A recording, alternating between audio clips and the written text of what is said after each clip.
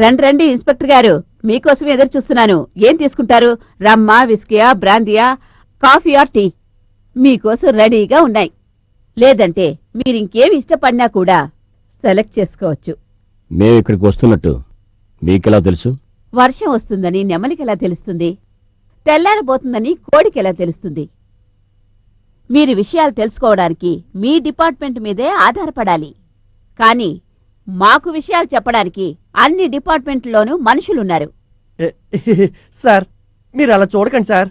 Remind లో ఉన్నాడు ఎవడైనా ఫోన్ చేసి ఉండొచ్చు. ఏమా కొత్తగా వచ్చిన ఎస్ఐ గారితో మాట్లాడాల్సిన మాటలైవే, జాగ్రత్తగుండు, తెలిసిందా? సార్ ఈవిడితో మాట్లాడితే చాలా కన్ఫ్యూజన్ అయిపోతాం సార్. మీ అనుభవంతో రంగరించి చరిత్ర చెప్పారు. నా అనుభవంలో నేను చూసిన మీలాంటి ఆడవాళ్ల చరిత్ర నేను చెప్తాను, వింటారా?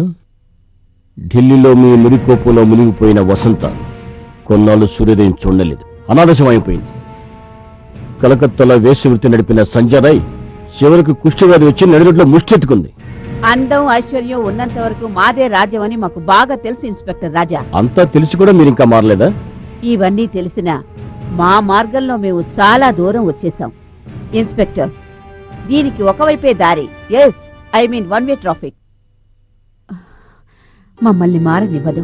ఏమా, గొంగళ పురుగు సీతాకొచ్చులుగా మారలేదా? మారాలనే ఉద్దేశం ఉంటే మార్గం ఉండకపోదు.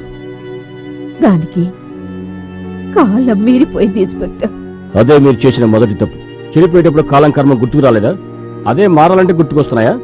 చెడిపోయిన ప్రతి ఆడదే తన సమస్యల్ని చెప్తుందే తప్ప అందులోంచి బయటికి రావడానికి ఏ ప్రయత్నమూ చేయదు. దీనంతటికి మించి మీ వేశ్యావృత్తి వెనక ఏదో అర్థం కాని ఆవేదన ఉంది. అదేంటో తెలుసుకుని తప్పకుండా మీ జీవితంలో ఒక మార్పు తేవడానికి ప్రయత్నిస్తాను. వీలు కాదు ఇన్స్పెక్టర్, వీలు కాదు. మగవాళ్ల కోరికలు, ధనబలం మా శరీరాలతో ఆడుకునేంత కాలం మా జీవితాల్లో మార్పు రానే రాదు. ఎందుకు రాదు? ఆకులు రాలేకే మళ్లీ వేగంగా చిగురిస్తుంది. ఒక నిర్ణయం తీసుకున్నాకే దానికి ఆరంభం ఉంటుంది. ఆరంభం లేకుండా నిర్ణయం ఉండదు, నిర్ణయం లేకుండా ఆరంభం ఉండదు. వస్తా. ఇన్స్పెక్టర్ సార్, ఇంటికి వెళ్ళగానే మర్చిపోకుండా తలంటు పోసుకోండి. ఏ? చెడిపోయిన వాళ్ళు నివసించే ఇంట్లో అడుగు పెట్టారు కాబట్టి.